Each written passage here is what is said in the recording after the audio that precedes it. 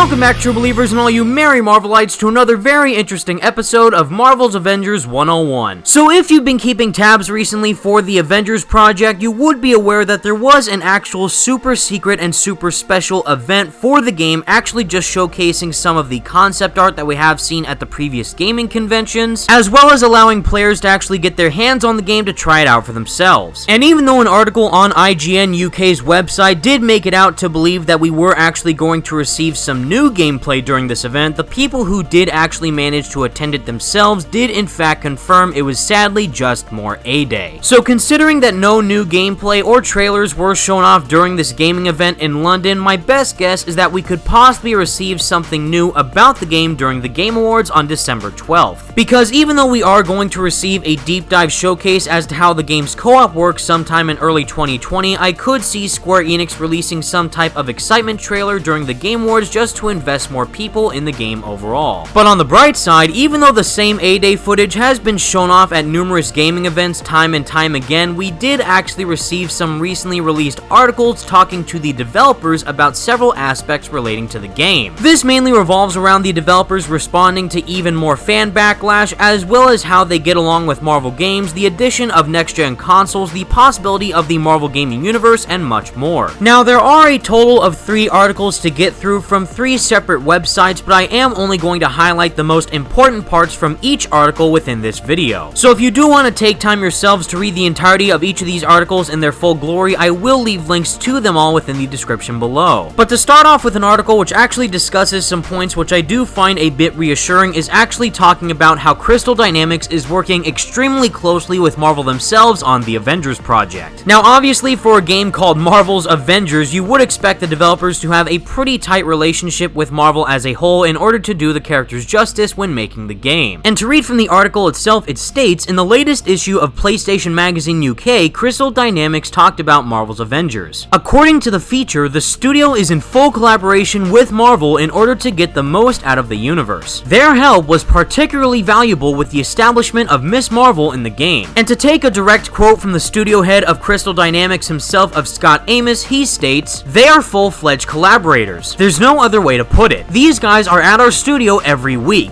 Like, you know, Eric Monticelli, their director of production, and Bill Roseman, who's their VP of creative. These are the folks that we would ring up and we're like, you know, we're not sure about Kamala, if she would say this or that." And to finalize this first article with another quote from Scott Amos, he states that kind of direct access to these creators has been, well, we're almost starstruck in some ways. You're talking to these people who have made these characters from scratch. For us, it's pure and simple collaboration. Now, the reason why I find this reassuring is because there are quite a lot of people who are a bit still divided on the fact that this version of the Avengers is different from the much more popular version from that of the MCU. So just knowing that Crystal and Marvel are directly working hand in hand to try and make this their own unique and original Avengers experience while paying tribute to the source material is just a really nice factor to know about. Now, for the next article that I'm going to discuss is actually once again responding to fan backlash as to how Marvel's Avengers was presented all the way back in E3 2019. And yes, even though E3 did happen all the way back in June, the recent London gaming event did manage to talk to Shauna Sky about the game and brought up this particular question as to how the developers are receiving fan backlash and how they're working on it during development. And to put it bluntly, the title of this article does state Marvel's Avengers creative director was expecting a struggle to win fans over. So again, this was most likely due to the fact that this was going to be a completely separate iteration of these characters from what we have previously seen within the MCU. But to put it within the words of the article itself, it states the Crystal Dynamics-led Marvel adventure is set to focus on heroes from the popular comics, including Hulk, Iron Man, Black Widow, Thor, Captain America, and the aforementioned Miss Marvel. However, much is still unknown about the game and how it will work, which is in part where some of its skepticism stems from. But aside from that, the character designs for each of the heroes were criticized for being quote-unquote bland, an issue the developers does not plan on changing. However, this was obviously an older comment made earlier this year all the way back in June during E3 2019. This is because that the later trailers have indeed shown moderate touch-ups that make the characters look better. Although, these newer looks that we have seen in the recent trailers don't necessarily qualify as full redesigns, but just more of a polish as to what the base design already is. And lucky enough for us, a comment made back in August does indicate that further polish will continue to clean up and change the characters ahead of release. So it is really nice to see that Crystal Dynamics is taking in fan feedback in order to try and make the best possible Avengers game that they can muster. And while I'm all for a brand new version of the Avengers to be shown off within this game, I am glad that their overall designs will be a bit more polished by the time the game does release. But coming straight from the game's creative director himself of Sean Askai, here's what he had to say about the road to winning over fans. I mean, we knew we had that challenge. We're going up against a 10-year history of movies, and you know, people forget really quickly, but when the first movie came out, they had the same problem. People were upset with the way these heroes looked, so we knew going in that we would always have that struggle. The focus for us was more on our original storyline, and how do we make sure that we stay true to that DNA of the characters in the comics and bring this story to life. Now for me personally, I am a bit split towards Sean's reasons as to why the Avengers look the way they do regarding their versions in the game. While I do think it is extremely important to make sure that you do create a fully original storyline to truly invest people within this newer version of the Avengers, I still believe that that same logic should apply to how they look within the game as a whole. Out of all the characters that we have seen so far, I do believe that Hulk, Black Widow, and actually Ms. Marvel are the best looking out of the entire roster as of right now. Captain America and Thor's default armor looks a bit too bulky for my personal taste. Even though we did get a brand new hair design for Thor, I'm still not liking all that much how his default armor looks compared to the other costumes. And even though I do understand that they are trying to put their own unique spin on these designs, my least favorite has to go to Iron Man with his incredibly boxy looking armor as well as the weirdly shaped helmet that he is wearing. So while it's good to know that there will be a variety of alternate suits within the game to wear for yourself to try and personalize your own unique version of the character that you are playing as, I still wish that the default suits did have that amount of style. And while there's nothing necessarily wrong with how these suits look, I just personally wish that they were a bit more streamlined and a bit sleeker compared to what we have seen so far. But given the direct comment that Sean made about putting their own stamp on the Avengers, as well as the previous statements that we did receive during E3, I don't think that these designs are going to change that much anytime soon. And finally, moving on to the last article is one which I find holds the most intriguing information relating to multiple aspects of Marvel's Avengers gameplay structure, how it's going to release on the future consoles, and much more. So Games Radar did do a great job of fully interviewing Sean Askai at great lengths about several aspects with the game, and again, I will leave a link to it if you want to read it in its entirety in the description below. But to point out the most important parts of this article, first, it states, so far, the reception to Crystal Dynamics' blockbuster action-adventure can be best described as cautious optimism, with concerns of awkwardly rendered character models and a Destiny-style live service gradually outweighed by the promise of a true superhero power fantasy. One which lets you play as Iron Man, Thor, Hulk, Black Widow, Ms. Marvel, or Captain America, at least until he's unexpectedly killed off in the game's prologue anyway. At a recent event hosted by Virgin Media in London, we got to go hands-on with Marvel's Avengers and chat with the game's creative director Sean Askai, who joined Crystal Dynamics after a lengthy stint at Naughty Dog, working on the likes of Uncharted: The Lost Legacy and The Last of Us. Askai's background speaks to Crystal Dynamics' desire to tell a meaningful superhero story, which he's keen to emphasize in our conversation. But we also touched on everything surrounding the game's future, from Google Stadia to the idea of a Marvel gaming universe itself. And again, even though there are several questions asked within this interview, the first one I'm going to bring up is Avengers is also launching in the same year as 2 next-gen consoles. Is that something you've had to account for in your development pipelines? And surprisingly enough, as Sean states, no, not particularly. I think we're always on the pulse of new technology, constantly thinking about how the game evolves on that technology. So the team is working hard at the best projections that they can make, ensuring that the games live up to the new technology and exploit them. So if you guys don't know already, just as a slight recap, they did confirm previously that the game will in fact actually have some exclusive benefits on the PlayStation 4 system, as well as some extra benefits on the PS5 once that console releases in holiday 2020. This is obviously due to the fact that the PlayStation 5 will be able to be backwards compatible with all PlayStation 4 games. So if you're someone who's a bit worried that you won't be able to actually play Marvel's Avengers on your PlayStation 5 platform, don't worry, because you will be able to through the backwards compatibility function. And given how the game looks like as of right now on the PS4 in its pre-alpha stages, it makes me even more curious to see how it could look like in its final form on the PS5. But what excites me even more about the future of gaming is exactly how all the Marvel games are going to shape up on the future platforms, and especially whether or not they're going to be connected with the previous titles. And of course, I'm mainly referring to the major possibility of Spider-Man PS4 and Marvel's Avengers being connected in some way, possibly launching the Marvel gaming universe. So as the article states, ever since you revealed Avengers, there has been a lot of speculation as to whether this is the start of a shared Marvel gaming universe, and whether it's connected to Insomniac's Spider-Man game. What's your definitive comment on those rumors? And as he goes on to say, this is an original Avengers story. It lives in its own universe. It's got its own cast of characters that are pertinent to this particular arc that we're trying to push. The future has endless possibilities, but that's this game and that's the focus. And to expand upon that a bit further, is that kind of collaboration, hypothetically speaking, something that you'd be interested in? And luckily, as Sean states, yeah, any collaboration with great studios excites everyone at Crystal Dynamics. How do we make this bigger? How do we make this much more engaging for the fans and continue to do so? So the possibilities are extremely exciting. So while this statement seems to shoot down the idea of Spider-Man PS4 and the Avengers project being connected within the same universe, there's still the unknown answer as to what the PS4 benefits are going to be on this game. And if it truly does turn out that Spider-Man PS4 isn't connected with Marvel's Avengers, they could always have their own version of Spider-Man within this game that isn't the same as Insomniac's, just to be a bit different. And if they decide to make the advanced suit a PS4 exclusive costume on the Avengers project's version of Spider-Man, then I think it would make a bit more sense. But for me personally, even though I am still optimistic that these games could be connected one way or another, it is nice to get a definitive answer straight from Sean. Now, the biggest problem with Marvel's Avengers so far is the fact that the marketing has primarily focused directly on A-Day and little to nothing else. Now, yes, we did get the Kamala Khan trailer showcasing a bit more of the story and the overview video showcasing bits of how the gear system and upgrade tree are going to work, but we still need to see how the full game in its entirety is going to operate in a full-on co-op multiplayer format, as well as how the Destiny gameplay elements are going to work in the full game. And due to the fact that A-Day was the only thing that was shown at this recent London gaming event, this led to this exact question being asked during this interview. And as the interviewer wonderfully asks, how much of Avengers have we really seen? How many secrets are you keeping close to your chest? And as Sean Sky seemingly puts, there's a lot you haven't seen, and there's a lot more to be revealed. The story is way more nuanced than people realized, and I'm excited to see how players evolve with the characters as they reassemble, and really feeling the conflicts that they face, and feeling those conflicts and having those also as players feeling that conflict.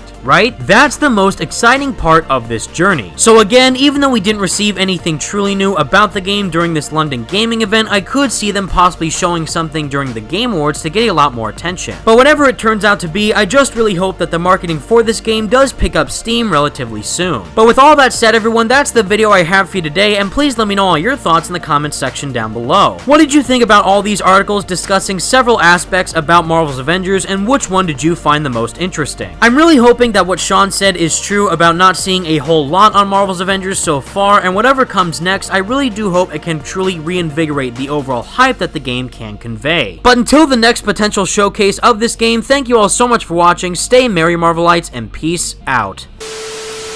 So you're both just gonna walk away? The Avengers were set up. Cap was murdered. You think I don't know that? I've replayed that day in my head 1,000 times. Guess what? No one cares.